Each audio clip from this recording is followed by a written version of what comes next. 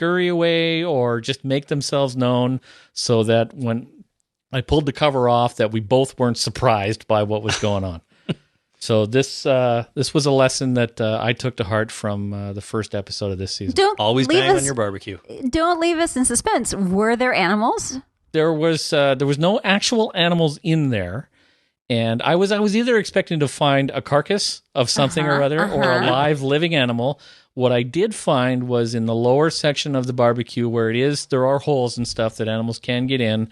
I did find a stash of nuts and seeds and things that squirreled away in there. Because my wife puts out bird seed and keeps the birds happy all winter. So the squirrels decided to take that collection of nuts, and this was a nice place for them to store them. So there's a whole bunch of nuts in there, but no dead or live animals that I saw. Did you eat the nuts? I did not eat the nuts. I swept them out and then off the deck into the tall grass. Oh, good. Yeah. Wow. And maybe the lesson here is that cats are really observant. Yeah, I was sure. I was absolutely positive that something was living in there, whether it was a raccoon or a squirrel or a bird or a fox or some kind of one-eyed monster with like 7 heads and 1 eye and like 14 claws and stuff. Something supernatural. But yeah, so I took that lesson can be taken to heart, and for everybody out there, if you're worried about animals living in your barbecue, learn from Daryl. That's my number one. That's awesome. Be like Daryl. Yeah, that's what it boils down to. If a zombie came out, that would have been awesome. Yeah, zombie living in my barbecue. Yeah, be like Daryl, huh? Yeah. Be like Daryl. Wow, I think it's my turn. Yeah. Is it my turn? Okay. Wow, I have no life lessons to contribute. I really don't. So I'm going to contribute my favorite episode, which was episode 16, the finale. I loved the episode. It was super violent, but it was great because of the big payoff at the end. There was tons and tons of buildup and lots of tension. And finally, when they had the shootout at the barbecue at the OK Corral, and then I'm like, wow, they're really bad shots. No, they're hurting them, and they're directed them towards the rail car, and then lining them up and calling them the samurai and the archer and ringleader. Yeah, thank you. And then they have the big reunion that was very sad also because they're in mortal peril. So loved it. Great cliffhanger and a great episode. That's all. Did you guys catch that naming them those names is sort of like not naming the pigs that you're going to eat? Yes. Yeah, I was going to mention that actually. A listener pointed that out to us, that you're sort of dehumanizing them by not giving them actual names or naming them by their descriptions, right? And if you don't want to get too close to something for whatever reason, that's a good way to do it. We asked our listeners to come up with names of the other characters, and one of our absolute favorites was for Eugene. His nickname would have been the Armored Pierogi, because he was wearing the suit of armor from the prison. The riot suit. Awesome. Yeah. The riot suit, that's right. Yes. Oh, wait. He'd be the Armored Pierogi. I have a life lesson. Our listeners are really, really smart and clever. Yes, they are. That's Anytime it. you Very, need very advice. true. Yes. You ask them to do something and they do it really, really, really well. Yeah. Okay, who wants to edit this podcast? No, I'm just kidding. Okay, my number one is the whole... Hey, wait. Pay for my trip to Atlanta and I'll do it for you. Me too. You'll get it edited twice. You're both going to edit it. I only need one. Okay, let's see. So my number one is Terminus, which as a concept and just, the way that things played out there. In the first place, I really liked the idea of everyone being led to this mysterious location. And the name Terminus, right when I saw the name, the first thing I thought was, that doesn't sound good. It sounds like terminal disease or death, in other words. But then you find out that it's the end of the train line, which is, I think, typically called a terminus, and also it was the name of Atlanta, the original name of Atlanta. So that made it clever enough that I thought, okay, that's pretty cool. I like it. And even just the darkness of calling it something that sounds like death in some ways is pretty cool. I thought it was a little too convenient that those signs just happen to pop up all at the same time, and all our characters just happen to see them all and start heading that way. But for some reason, it was forgivable enough, especially when Rick was showing Carl that animal trap and how the idea is to herd people into the trap, or herd animals into the trap. And so it's like, oh, that's what's happening to them. But just the whole way that it ended with them, first of all, the people at Terminus just seem like these sort of hipster types, or really unassuming and not, that threatening looking, which I think is somehow great. It just makes it that much creepier what's going on there. Kind of reminds me of The Others in Lost, actually. And then the way that it ended with them being herded into a train car is super thrilling. So the whole execution of the Terminus concept was great. And that it ended in a good old-fashioned cliffhanger, like you said, Chris, I think is really, really awesome. We really haven't had that on Walking Dead before, and it makes me want to see the next episode right now. I know. Right now. You have to wait. Very sad. How many more months? Too many. June, July, 17 or something. October, 6 months. 17. 6 more months. When I first heard Terminus, I kind of had the same feeling that it sounds like the end, bad, terminal. Yeah. But then I found out all the same things you did, and I thought, maybe it's not so bad. And going into Terminus, I expected that it would seem all friendly and nice at first, and they'd actually take our group in, everyone would be happy, and that's fine. And then the cliffhanger would be some sort of fact that's revealed about it, or maybe someone would stumble across something they weren't supposed to see, and it would hint at something that's coming.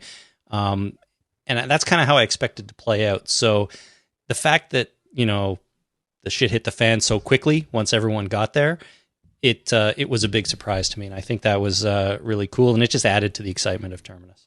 Mm-hmm. They really shouldn't have been wearing all that gear that they just got. Yeah, the poncho and. But I guess nice to see the orange backpack again, though. Yeah, totally. That thing is a harbinger of death. But yes, it is. I think that's one reason why they had Rick sneak in, so to sort of catch everyone off guard. Maybe if Rick would have come through the front door, they would have had the good sense to put that stuff away. Well, they didn't know that they were part of the same group. There's no way that they would know that. Yeah, I guess that's true. So they probably had, they got all this stuff from the first group, and they put it in a pile, and they had an auction. And they said, okay, well, they Rochambeau'd for it. I'll give you 3 toes and a foot. Okay, I got a nose for that poncho. And an arm.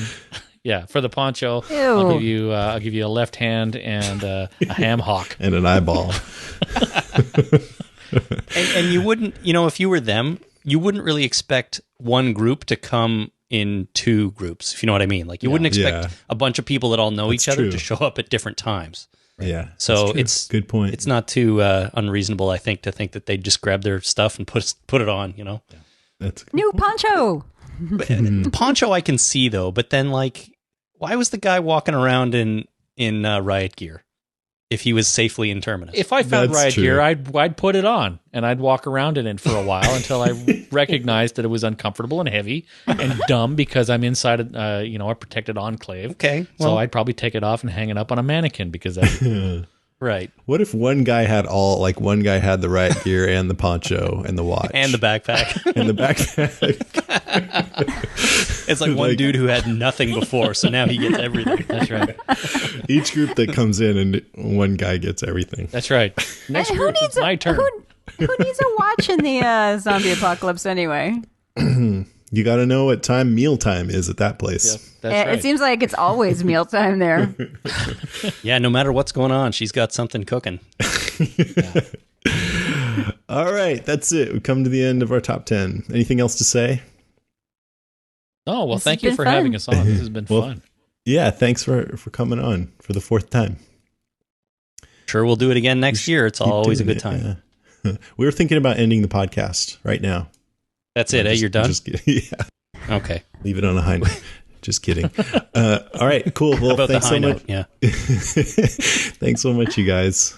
Thanks, guys. No problem. Good to talk to you. Good to hang out with you. Yeah. All right. Take care. The people it kills get up and kill. Are they slow-moving, Chief? Yeah, they're dead. They're all messed up. This is a Walking Deadcast news update. All right. So on April 25th, Robert Kirkman was on Sundance TV's show, The Writer's Room, which it turns out I don't think is like a peek into the writer's room, which I was kind of hoping.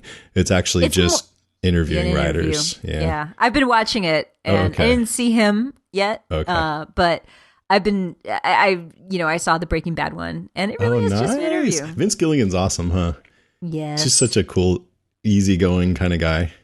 Yes. Yeah, but dark. Do we know what his next project is? I mean, yeah, Better Call Saul. Is it Better Call Saul? Yeah. He's got something else going on too. I forget what it is though. But there is another one, but I think he's probably focused on Better Call Saul right now. Right. But anyway, back to Kirkman. So I didn't get to see this one yet, but I read that on there he talked about the obstacles he faced in getting Walking Dead on TV. I know really? that. Yeah, I mean, they'd been shopping it around for a long time, and they were in talks with NBC at one point, and a development exec from NBC gave Kirkman a note that said, "I love this, but does it have to have zombies in it?" Wow. do you ever watch episodes, the Showtime series episodes? I never heard of it. Yeah, it's funny. It's a Showtime series. Matt LeBlanc is on it. And it's about these two British writers that come over to America with their script. And I have heard of that. And it's like inside a big network studio, and they're all dumb like that. Well, no, yeah, they actually are. But they talk about one of the episodes featured, okay, we need like some sort of zombie series. Go. And they pitch like, gargoyles. No, gypsies. Gypsies are real. One of my favorite movies of all time is The Player, directed by Robert Altman. Yeah, it's a great movie. All these Hollywood cameos, and when they were in the Hollywood studio, one guy was saying, we don't need writers. You can pull stories right out of the news. It writes itself. He picks up a newspaper, reads a headline, writes itself. It's hilarious. So you can watch that episode for free at sundance.tv, and it's available for like another month or something. So I might watch it. I should watch it. Yeah. Heck yeah. I'm going to watch it too. Next, I started reading an interview that, scouring for news. I saw this Scott Gimple interview, and it was on this website that shall go unnamed because as I was reading it, I was like, that sounds really familiar. And it was directly quoted from my interview with him. Really? Yeah. That's awesome. It says, this article said, in a recent interview, Scott Gimple was asked whether the show would ever reach the point where the remaining core characters felt too important to kill off. And he responded, well, that isn't this show. I mean, it's a bummer, but nobody's too important to kill off, et cetera, et cetera. I was like, that sounds familiar. Too bad they didn't credit us. Those bastards. In an interview with the WalkingDeadcast.com. I mean, they could have said that. I know. Actually, I'm sure they probably pulled it from our, we had a transcript published on Comic Book Resources, and they did give us credit, but whoever took it from them didn't bother to see where it was from. So you're not giving them credit because they didn't give us credit. I love it. Right. I don't even remember who it was, actually. Anyways, I did think that was kind of cool. Hey, we're getting stolen from. That's nice. That makes us important. Anyways, next, some of the main actors have arrived back on set to start filming Walking Dead Season 5. I think they may be filming this week, or if not, then very soon. Wow. That's going to be a long, hot summer. I know. In zombie makeup. That's great. So they are basically from May until like November, right? Yeah. October, November. Yeah, exactly. The only downside is because they're filming that the AMC won't let them appear on panels at Walker Stalker Con because they don't want them to slip and give away details. Really? Yeah. Oh, man. I know. Well, you know what? We got a couple of them at Walker Stalker Con. I know. They do in Atlanta, even though it's like October, they still do. But for June in Boston. I don't think they're going to. We'll still be able to talk to other cast members like Emma Bell and little Brighton Charbonneau and her sister Kyla. That'll be awesome. So if you've been killed off, you're welcome to come. Yeah, exactly. I mean, they'll all be there. Like Stephen Yeun and Lauren Cohan will be there, and they'll be signing autographs and stuff like that. But they just can't do a panel. Sigh. We don't even ask spoilery questions. I know, not at all. The audience gets to ask questions, though, and they always say what's going to happen? Yeah, especially the kids. So how's Glenn going to get out of this? Let's see. Next is okay. From here on out, there's 2 more items. They're sort of kind of spoilery, not like major details, but kind of directional kind of things. So if you don't like to know anything, then you should skip ahead. So according to HollywoodReporter.com, 3 actors have been promoted to series regulars for season 5. This news actually came out a while ago, but it took on some new significance after the finale, because the 3 are Elena Masterson, who plays Tara, Christian Serratos, who plays Rosita, and Andrew J. West, who plays Gareth, the guy that told them all to get in the train car at the end. Really? Yeah, he's going to be a series regular, and they say have an important role in season 5. Gareth. So what do you think that means? Lying liar. How will he have more than just one episode to be killed by Rick? He's a series irregular. I mean, so that makes me wonder, will Terminus be an ongoing location? I have a feeling it will in season 5. I certainly want to find out more about this crazy place. Yeah. So I'm looking forward to finding out more about Terminus. Yeah, totally. And also, will Gareth come over and be a part of Rick's group, or will he be an antagonist throughout the season? You know, who knows? I still hope they're a cult. I think that would be exciting. Wow. I don't know. There were candles involved, so that was kind of cult-like. That's what I mean. Yeah, that's what makes me think that. All right. Next, in an interview with Larry King, he asked Scott Gimple whether Morgan will return in season 5, and Scott said, "I'm so determined to make that happen by hook and by crook that I can definitively say yes. But there's time and tide that can get in the way." So he kind of contradicted himself. Like, he really wants to, and so yes, but maybe not. But it might not happen. Yeah. Oh, he's such a wonderful actor. Please remind me of what his name is. The actor. Lenny James. Lenny James. And I wonder what he's working on. Like, maybe is he working on a project right now? He is just sitting at home waiting for a call from his agent. From Scott Gimple. He was on this AMC series called Low Winter Sun, but it didn't do well and it was canceled.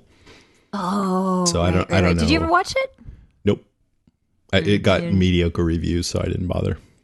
Yeah. I've been watching Fargo. Is it good? Yeah, it's great. Oh, I've heard it's so love good. It. Yeah, you should watch it. Martin I think Freeman. you'll like it. And Billy Bob Thornton too. Oh, I love him He's too. awesome. Man, I can't wait. It's a lot of good TV. All right, that's it for the news. Let's move along to listener moans, groans, and grunts. You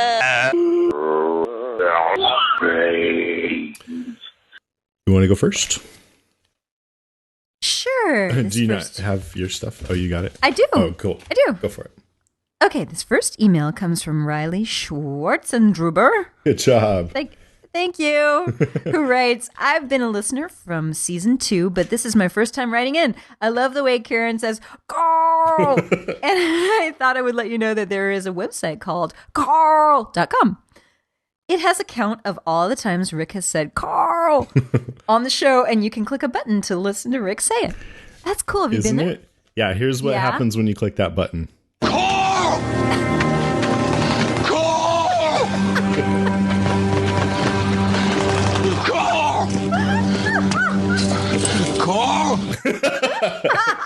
Carl! Carl! Carl! Carl! That's a ringtone, my friend. That's so awesome. I know, that's true. That'd be great. I gotta put that on a ringtone. Definitely. I'm doing it. I've had the Breaking Bad theme on there. But I'm replacing it. So they've said that website, it's actually where is it? CAAARL.com. So 3 A's, Carl. And Carl! it says, it tells how many times Rick said Carl in each episode, and it has a running total of 105 times that he's screamed it out so far. Or he's called out his name, yeah. Do you know, the next time we get to interview Andrew Lincoln, we need to make him yell out, Carl! Uh-huh. Don't you think? Totally, yes. That makes me want to get him just so we can do that. Yes. Thanks, Riley. That was a good piece of information. Thank you, Riley. Next is from Reg Anderson, who says, in your episode 144 podcast, Karen mentioned that she was really, quote, digging the music that is used in each episode. What? Digging's a word. I don't know why it says the quotes around it, but anyways, I just want to mention that the music that has really affected me the most is the song by Carrie Kimmel, Black, for season 3 and the Comic-Con trailer. Every time I hear that song, it reminds me what The Walking Dead is all about. Do you want to hear a part of it? I do. Okay, here it is. I don't remember. The clapping. Yeah. Clapping is good. Always good in songs. It is always good. Have I'm more going to download clapping that. in every song. Do you like the song? Do you like the song Happy? Happy birthday to you. Oh, we're not allowed to sing that on this show. It's copyrighted. Happy? Happy birthday. But what's happy? Oh, happy. That's the... If you're happy and you know, clap your hands. No. That one? No. That has clapping. It's number one. I think it's still the number one song in the nation right now. Oh, I don't pay attention to that crap. I like U2. Oh, it's a great set. It's Pharrell Williams. And it's awesome. All yeah. right. And he claps his hands in it. Maybe I'll put that as the interlude music. It's a little too happy, I'm warning you. Oh, really? That will have already happened by this point already. So if you heard that, then now you know what it was. Okay, let's go on to the next one. Okay, the next one is from listener Nick Archer, who writes, I wanted to talk to you about the interview you did with Chris Mocht, the guy putting together the documentary for the Walking Dead fans. You two were talking about how this show has such a profound impact on people. It actually had one on me, and I wanted to share my story with you and see if it's hit you in some way. When I came into the show, I was going through something alone, a kind of metamorphosis. I'd been through my only little apocalypse and was still breathing. I'd survived, but I wasn't. I'd completely shut down. So I came into the show relating to Shane. Hear me out. He'd say things like, it's survival of the fittest, Rick. And I'd be like, damn right it is. Why don't you see this? Even when he shot Otis, I was on his side 100%. As the show went on, I sank lower into the cold abyss I was inhabiting, and I related more and more to Shane. Everything down to the repressed anger. And I couldn't understand why everyone hated him so much. Like I said, I was going at it alone. I was becoming something, and I had no one to guide me through in the right direction. I was feeling a little bit like a monster, to be completely honest. I went on with the show and latched onto Rick after Shane's death. The things Rick had done, the way he was dealing with them, he was fighting his inner Shane in a way. So naturally, I followed him closer than I had before. I never had a psychotic breakdown, but I thought that the whole storyline was beautifully written. The mind is such a fragile thing. But by clear, I was truly stunned and left thinking, this is my fate if I go it alone down this road. I can't let this happen. I was in a state similar to Rick's. The speech in the season 3 finale about how they need to make choices together hit me also. To refresh your memory, Rick said things like, we are the greater good. We are the reason we're still here, and we stick together. It's the only way to live, and I know that now. And of course, knowing, and sometimes you need to be able to do bad things / make hard choices, but hold on to your humanity. I didn't know these things, but I do now. So the point I'm getting at is, you and Chris talked about how the show had affected people. Without it, I don't know what I would have become. The war metaphor I fought transformed me into something, and I had no sense of what was going on inside me. The show taught me some very valuable lessons. It looks at life the way no other show has the guts to, except 6 Feet Under. I'm pushing on and really trying to renew my relationship with humanity. I don't have a Daryl or Michonne, but I'm working on it. I'm heading in the right direction, and as strange as it is to say, I have the Walking Dead to thank for that. My question is, has the show had an impact on you in this way? In any way. In any way. What'd you think of that letter? Wow, Nick, baby. I'm glad that you were able to come through the other side for sure. Yeah, I honestly, the impact this show has had on me is unbelievably great and profound, but it has really nothing to do with any personal war I was going through. It has to do with this podcast. So, yeah, the show, I have the Walking Dead to thank for that too. Yeah, totally. Yeah, same thing. I mean, first of all, I just want to say I really love that letter that you sent, because sometimes when I watch this show and, I have to admit, when there's a moral situation and I come down on the side of wanting to have greater humanity and more compassion and stuff like that. I mean, I feel like definitely sometimes there's times when, especially in a situation like this, severe brutality is called for, just like Rick has come to that conclusion. But there are definitely times, like when they passed by that hitchhiker without even considering picking him up, that I thought, why? And later on in the series, they decided to start welcoming people in, like Bob Stuckey. So it's like, oh, they had a change of heart. But that guy, if only they would have had a change of heart a few episodes before, that dude would have survived. So, yes, that's right. So it's like to see that some of our listeners are also going in that direction of coming out of this, kill or be killed mindset, just, protect your own and fuck everybody else. Just like, I like to hear that. I that touches me. And it feels like that you're, I don't know, sort of being heartened by this experience too, and that the show's leading you in that direction. Now, who knows? Maybe that Rick will regret everything that in ways that he's grown in that way so far and just start killing everybody again. I wouldn't be surprised. Yeah, right. I don't know, but anyway, I thought that was really good. And yeah, as far as how has an impact on me, I really love the show, and but I think what really came up for me is that, the podcast, like I totally love doing this podcast. In fact, I want to try and make a career out of it. And if it wasn't for this show, I'm not sure that would have happened. So, and it's gotten me, to be closer friends with you, Karen, and to meet a lot of cool listeners and go and have these great experiences, and but most of all, just get to do it over and over again. And it's been freaking fantastic. I agree. Yeah, it really has. And so, we have the Walking Dead to thank for that. Yep. Thanks, Walking Dead. Thanks, Walking Dead. Okay, and next thanks, Nick. That was great. Yeah, thank you. Ethan Y. Rickleen, which is a pretty cool name. It says, worldwide population growth is slowing and is predicted by the UN to plateau in the middle of this century at 9 billion. Of course, the prediction has some uncertainty. He mentioned that because we were saying that we're afraid about the population growth and that we'd have to go to Mars sometime soon or whatever.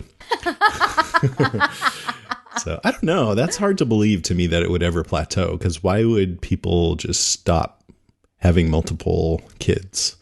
Did you see the movie Children of Men? Yeah, it's been a long time though. Yeah, I when no more kids were being born. Yeah. That was just some strange phenomenon, right? It was. Yeah. Who knows what it was. I don't think they ever actually made it all that clear in the movie. But the reason why it might plateau is that we're just going to run out of resources, baby. So there will be suffering that causes it to plateau. If that's the case. Wow. I've got some extra spare rooms, so if anyone needs to move in, that's fine. You have a garden. I do. Mm-hmm. I do. But mainly Kathy and RJ's garden. So you can go over their house and eat stuff. All right, this next letter comes from Maureen Mo Favot, who writes, regarding your discussion of The Returned, first I enjoyed the podcast and the discussion. I always do. But something was off during your discussion of The Returned. You even comment on the podcast that you felt like you were talking too much. She's talking to me. Oh, you and Karen did not do as much back and forth. So I am wondering if maybe you approach the podcast differently when you are talking about content you find yourself critical of. There was not much, as much back and forth between you and Karen. So maybe you were focused on identifying the parts of the program that did not make sense to you, that we never really got insight into what Karen loved about the show. Oh, she spent her time trying to address the items that you were asking about, which were things she did not even consider. So I'm asking you, thinking that you may want to consider consciously, alter how you do the podcast when you are critical of the content. Maybe you ask Karen a bunch of questions and get her insights prior to your voicing your criticisms or issues. This was not a big deal, and again, really do enjoy the podcast and discussions. Just wanted to share with you my observations in case you wanted to consider managing differently. You and Karen are at your best when there is back and forth and give and take. This and that stuff. Things, stuff. So what do you think? Do you agree? Wow, look at you putting this all ready to work. Well, I already answered. I already told her what I thought. But did you? I guess I could tell the whole audience. But I wanted to hear what you thought first, because this is the first time you're hearing any of this. I kind of agree with it. Yeah. Mo, I kind of agree with you. Yeah, I was thinking about it after we recorded the podcast, and I thought, wow, we didn't really talk about the show all of that. I mean, we did. Yeah. I felt like people were left with don't watch the show, and I was hoping that people got a more nuanced approach to it, but maybe they did. What do I know?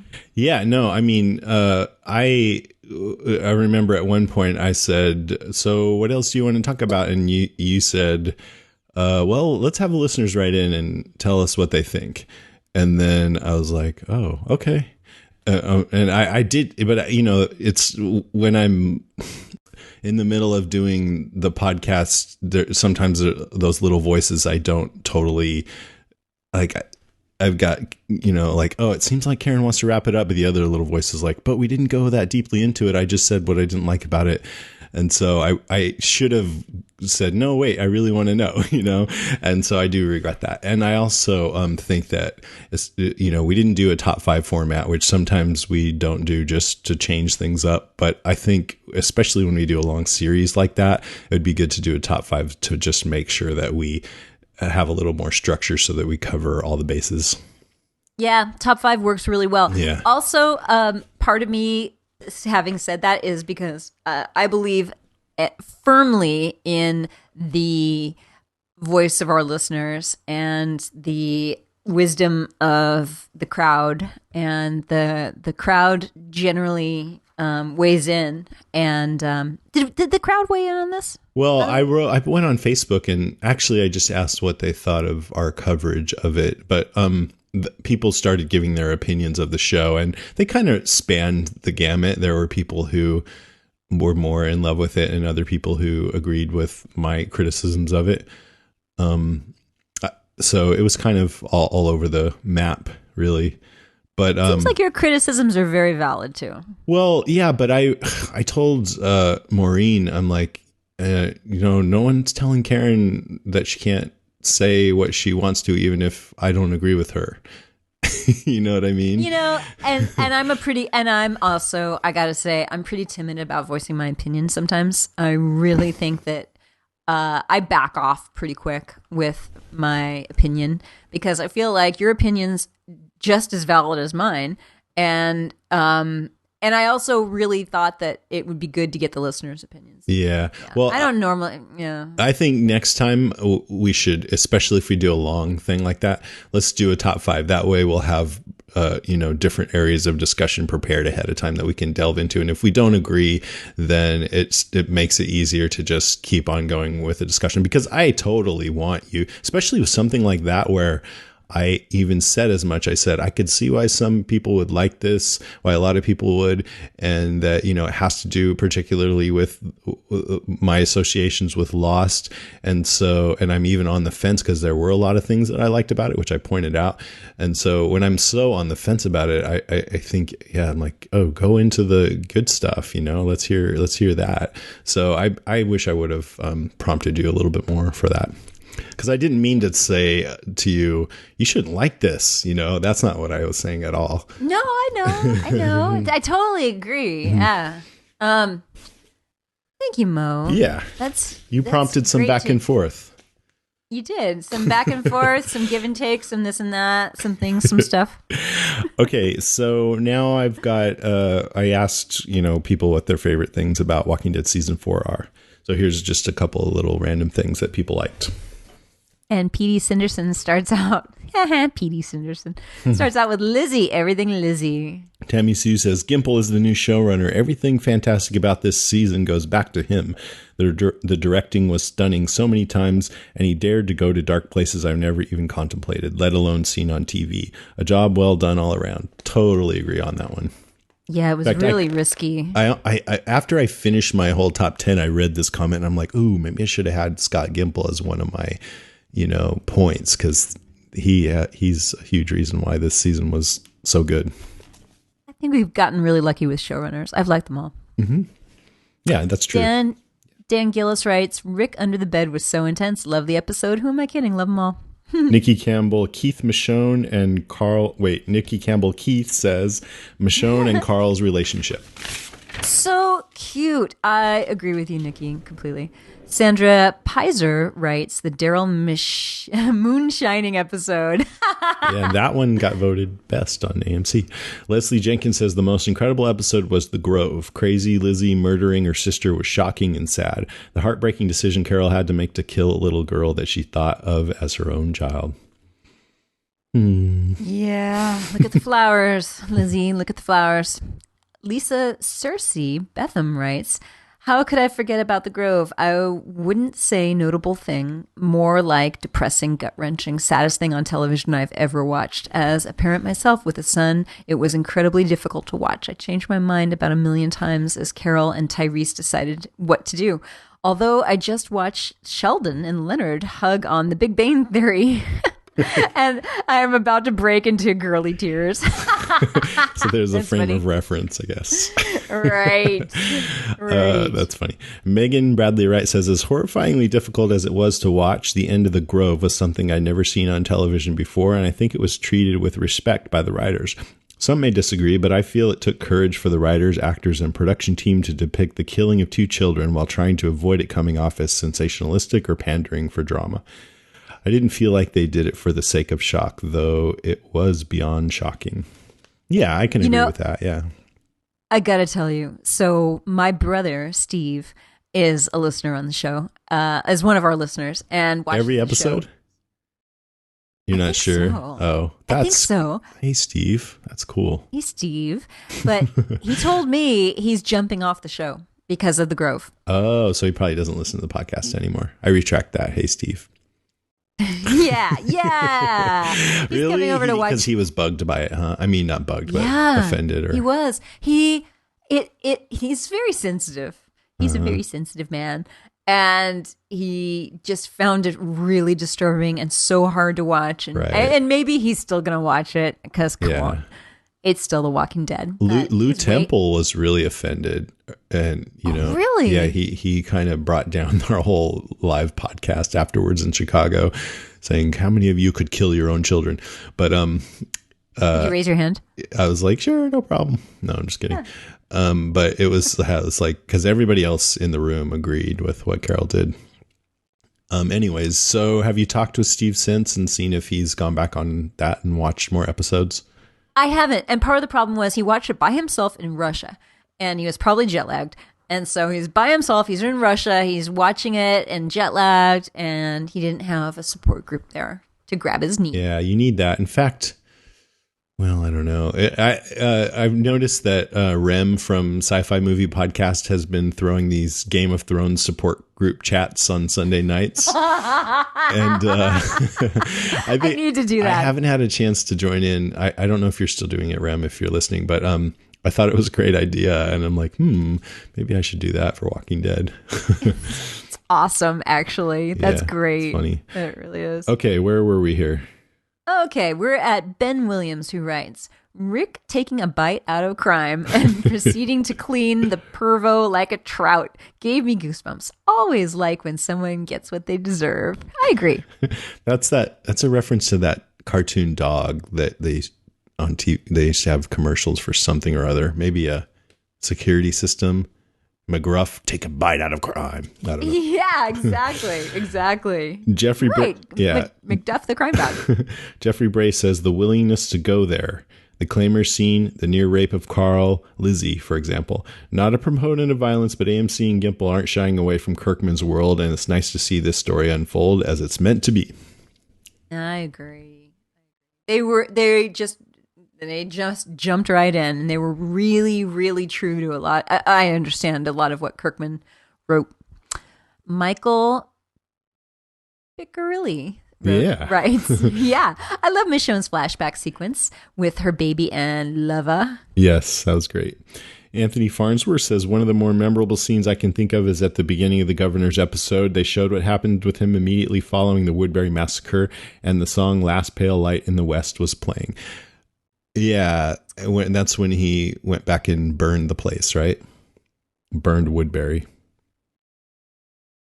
I think. Yeah. Or was that when he, at the intro, when he was shuffling down the street and he's all hairy? Then he went back and burned it, I think, in that same scene.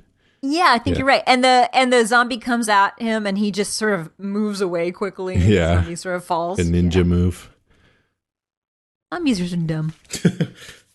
Lisa R. Ott writes, lots of things, just the deeper character development and how they have all transformed over the last 2 apocalyptic years. I also really love the hidden items and Easter eggs that have become fun to look for throughout the season and speculate on the meanings. It's not really a show about zombies, it's about people, survival, and transformation.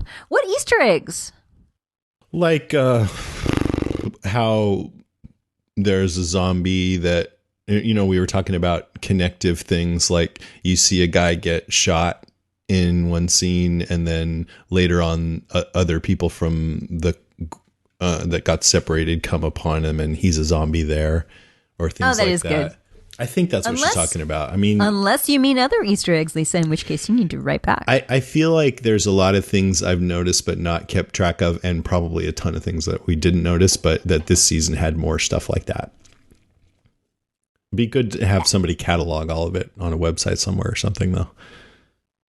Agree. I'd like to see that. But I like that. It's a show about people, survival, and transformation. That's very good. It is. It really, and we've said that before. It's about family, really, and that's what Rick's group is. It's a family. And gory death. And gory death. All right, that's it for Listener Moans, Groans, and Grunts. Thank you, guys. It's been a quiet week in Lake Zombiegon. Yay. Yay. But not actually all that quiet because we have a bunch of things. For one, we have, do you remember that series In the Flesh? Yeah, the British BBC sort of making the HIV analogy with zombieism. That's exactly right. Yep. And as it turns out, they are coming back for season 2. Yay! Pretty soon, too. It says the first season of In the Flesh focused on rehabilitated zombies settling in their former homes amidst prejudice and the living. But what happens when the zombies decide to lash out? Clear that the second season is going to continue to tug at our heartstrings, though perhaps in a different way than the first season did. It also appears that we'll be hearing more about the zombie liberation organization that was alluded to in season 1. Now that Kieran has decided to remain partially rather than fully dead, he'll have to decide whether to remain among the living or embrace his inner zombie. And so season 2 premieres this Sunday on BBC 3 and on Saturday, May 10th on BBC America. So listeners, get ready for season 2 of In the Flesh. And if you haven't seen season 1, pretend you didn't just hear that summary of everything that happened. Yeah, okay, sure. It's such a great series. It's worth it, yeah, even if you know. It is worth going back. Yeah, absolutely. Okay. This next story comes from the LA Times, a good newspaper, actually. Every time I go down to LA, I get an issue of the LA Times. I love it. And the headline is Florida Senate bill amended to include zombie apocalypse. What? It's true. If there were a zombie apocalypse in Florida, gun owners would be able to take their weapons with them as they ran screaming from The Walking Dead, even without a concealed weapons permit. If the new legislation is passed, it's Senate Bill 296, reportedly would give Florida gun owners the right to carry concealed weapons without the proper permit during a state of emergency, a hurricane, for instance, but also, as it goes on to say, an act relating to the zombie apocalypse. This is real, folks. This is actually a Senate bill where they included an act relating to the zombie apocalypse. It's funny because the guy who added that, this Democratic Senator Dwight Bullard, said he was doing it because the bill was laughable. A crisis, he told the Huffington Post, is the last instance in which you would want someone who is not a concealed permit holder to carry a weapon.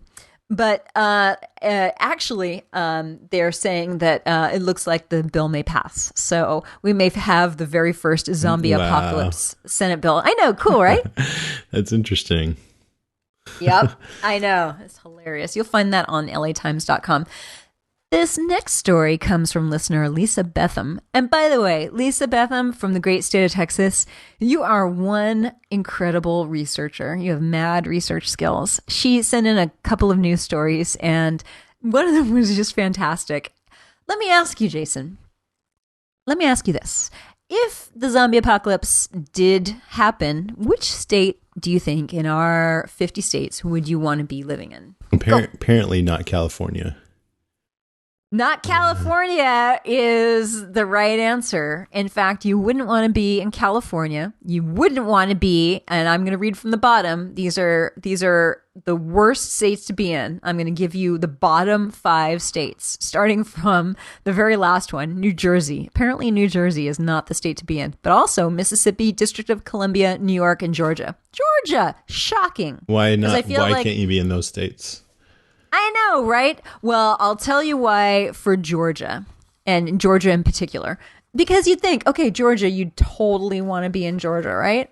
Because, we know a lot about how to survive in Georgia. It says, while Georgia isn't the worst place to be when the zombies strike, it's certainly not the best place. The high number of military personnel lends a hand, as does the relatively high number of laser tag enthusiasts. But low rankings in survival skills, martial arts training, and the number of athletes aren't helping.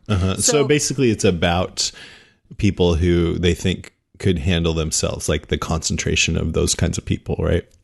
Fighting ability, military personnel, knowledge of zombies, physical fitness, and access to weapons are what made you rank high. I guess knowledge of zombies is a pretty big one to consider. Yeah, exactly, right?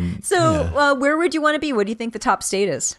Wait, I'm just thinking about this whole idea. I wonder if I agree. Like, would I want to be in a state that had more people who could handle themselves? I guess so, definitely, yeah, because they would help thin out. I mean, I wouldn't just automatically assume that they would help everyone, but there would be more of a likelihood that they would, and they would just sort of thin out the herd of zombies. So I give credence to this survey. Okay. And the top state, well, it'd probably be some like heavy like conservative military state. I don't know what that would be though. So number 1 is Alaska, and they write, somehow we're not surprised. Military personnel more than anywhere else in the nation. Veterans, loads of them. Guns, check. Physical activity, check. Survival skills, this is Alaska for Pete's sake.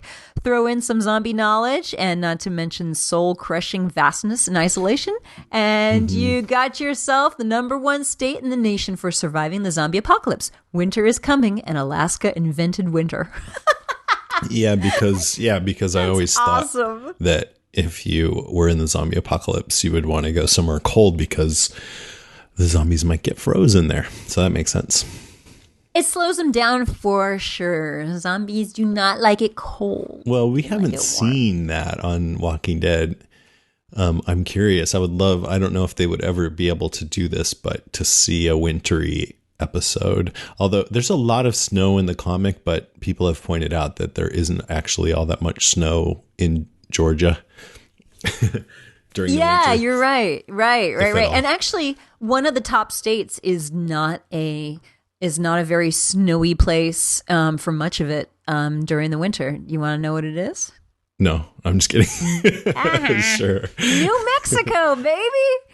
New Mexico's high ranking of martial arts practice, zombie knowledge, and Ironman triathletes make this a good defensive spot. The green chilies aren't bad either. I've been thinking seriously about taking a Tai Chi class. Do you think that would help? No, I don't think that'd make you relax. The zombies are slow. That would they're not that slow, man. But I think that would help you relax during the zombie apocalypse. So maybe that would help. So But yeah, good. Knock yourself out. Doug told me that the reason why Tai Chi is slow is because when it originated, it was because martial arts had become outlawed, and so people wanted to still study it, but they just did it really slow, so it didn't look like it was lethal. I don't know if I believe that, but that's what he said. But that is Dougie, so okay. He knows everything. So the top 5 starting from number 1, Alaska, Wyoming, Colorado, Idaho, and then New Mexico. So those are the states to congregate in, people. We'll meet you in Alaska. And that's the news from Lake Zombie Gone, where all the women are dead, all the men are bad looking, and all the children are brain-eating freaks. All right, that's our show, episode 145. Thanks, as usual, for listening, everybody. Thanks, everybody. So what are you doing this weekend? I just had 2 mojitos and watched the Kentucky Derby with Kathy and RJ. It was great. I love mojitos. I highly recommend mojitos to everybody. We made them from mint that was grown in their yard. Wow. And yeah, if the zombie apocalypse happens, you want to be over in Kathy and RJ's we're place. having a barbecue tomorrow, right? Or a get-together. Yeah, we are, baby. And that was our next thing. Will there be mojitos? Could there be? Yes, there could be mojitos. And there's also, I have to say, a certain blog family that's going to join It's us. not the blogs you guys know, though. It's a different blog family. Just Do you kidding. think that's true? Yeah, that's going to be awesome. I know. I can't wait. Yay. So, And Lissy from the Breaking Bad cast. Yeah. So Chad bogged out. But anyways, I still might go see Spider-Man with Chad that night, but and maybe David if he wants to. But it's getting lousy reviews. No. The Amazing Spider-Man is actually kind of the crappy Spider-Man. Yeah, it's like the so-so convoluted Spider-Man. The convoluted Spider-Man. That's what they should have called it. Part 2. It's a complicated web. Yeah, that would have been good. The overcomplicated web. All right. Well, if you would like to, you can call us at 650-485-DEAD. That's 650-485-3323, or use that send voicemail button on our website. I love it when you guys do that. You can write us at brains@walkingdeadcast.com. You can check out our website with lots of Walking Dead news and info at walkingdeadcast.com. And don't forget to keep clicking through our Amazon link on there. Thank you for doing that, everybody. We're also on Twitter at Jason and Karen, on Tumblr at walkingdeadcast.tumblr.com, and on Facebook at facebook.com/deadcast. I want to thank Chris and Jason. Thank you guys for coming on. That was a blast. It really was, man. It's a great tradition. They were the greatest. Yeah, we should have an alcohol that goes along with that tradition. Oh, wait, Jason doesn't drink. Never mind. But it's good. It's great. So we will be back in a couple of weeks with something. Really, that's all we have for folks? Something? It's going to be something. That's for sure. That's all I know for sure. What do you think we should do? You know me. I'm always agitating for Game of Thrones. Game of Thrones. Well, you're agitating? That's really agitating. Okay. Well, I want to wait until that's over to talk about the whole season. I know you've said that. I mean, Then I don't know. yeah. There's got to be a zombie thing out there, right? Yeah, I mean, I think, yeah, we'll have Movie something. review, man. We'll put up on Facebook what we're going to do. We might have Rob Sesternino on sometime. He's a friend of mine who does a bunch of TV podcasts, including his own Walking Dead podcast, but he's just an all-around cool guy, former Survivor contestant. No way! Yeah, I think he's good. He's funny. But anyways, I'm sure whatever it is, it'll be fantabulous. Oh, you know what we might have to do? We might have to go to the Riff Tracks movie of Sharknado. Yeah, that looks cool. Oh, It really and does. at some point I need to get all caught up on We're Alive, the zombie podcast. Oh yeah. Because it's ending, and it's ending this June, so I want to, or July, so I want to do something on that in June, and maybe finally have Seth Peterson on, because he went on that show. He went on that podcast. What a good idea. Yeah. That will be in June.